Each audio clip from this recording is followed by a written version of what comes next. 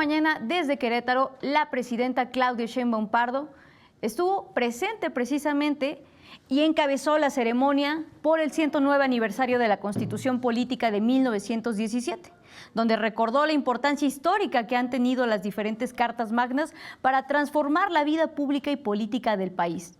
Entre las modificaciones a la Constitución destacó la reforma al Poder Judicial, la que reconoce a los pueblos originarios y afromexicanos, la que recuperó a Pemex y a la CFE como empresas públicas estratégicas, también la de igualdad sustantiva de las mujeres y las que fortalecen la soberanía nacional. México es el resultado de sus transformaciones y cada transformación dejó su huella en una Constitución. No como letra muerta, sino como expresión viva de la lucha popular. Esa es nuestra historia, esa es nuestra fuerza y esa es nuestra responsabilidad. Defender la patria, cuidar la soberanía y hacer realidad la justicia social para la que tantas y tantos entregaron su vida. Más información, el secretario de Seguridad y Protección Ciudadana, Omar García Harfuch, informó que autoridades federales detuvieron a Diego N., presidente municipal de Tequila, Jalisco, como resultado de la Estrategia Nacional contra la Extorsión y el Combate a la Corrupción. García Harfuch detalló que también fueron detenidos 3 servidores públicos del municipio: Juan Manuel N., director de Seguridad Pública, Juan Gabriel N., director de Catastro y Predial, e Isaac N., director de Obras Públicas. De acuerdo con las indagatorias, el presidente municipal de Tequila es investigado por probablemente manejar esquemas de extorsión a empresas cerveceras y tequileras en la entidad y por posiblemente estar relacionado con una célula delictiva del cártel Jalisco Nueva Generación. Y en más información, el juez Anthony Trega de la Corte Federal del Distrito Este de Virginia sentenció a 5 años de prisión a Damaso López Serrano, alias el Minilic, por el delito de tráfico de fentanilo a Estados Unidos.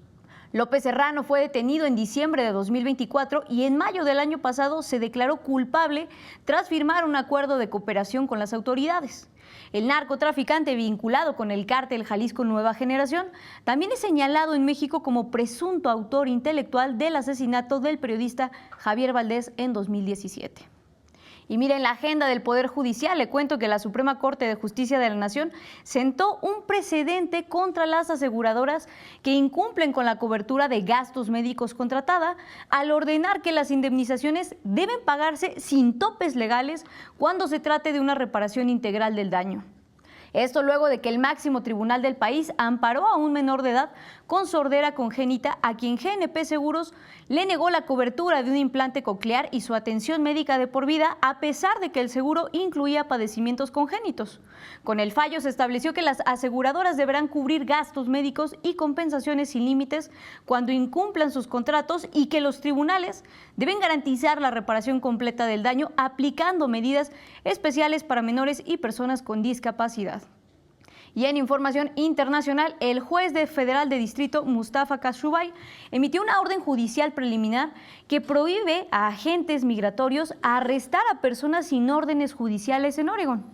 La resolución se dio en medio de las protestas contra el Departamento de Seguridad Nacional por detener con violencia a personas migrantes mientras realizan redadas y por irrumpir en propiedad privada sin una orden judicial.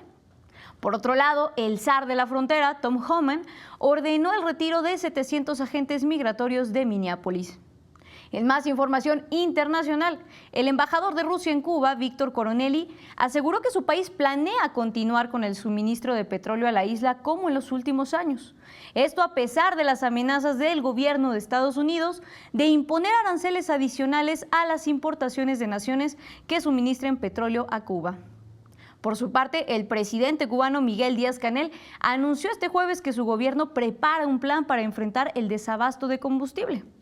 Asimismo, mencionó que está dispuesto a dialogar con el gobierno estadounidense sin presión ni imposiciones, manteniendo siempre la soberanía y el respeto de la isla.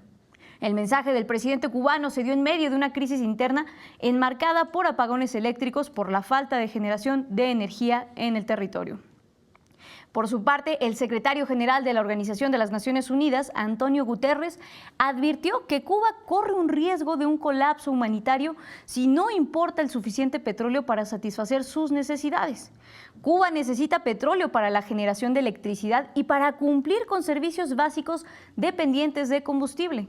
El principal proveedor de petróleo de Cuba era Venezuela hasta que el presidente Nicolás Maduro Moros y su esposa, la diputada Cilia Flores, fueron secuestrados en una operación militar estadounidense el pasado 3 de enero en Caracas.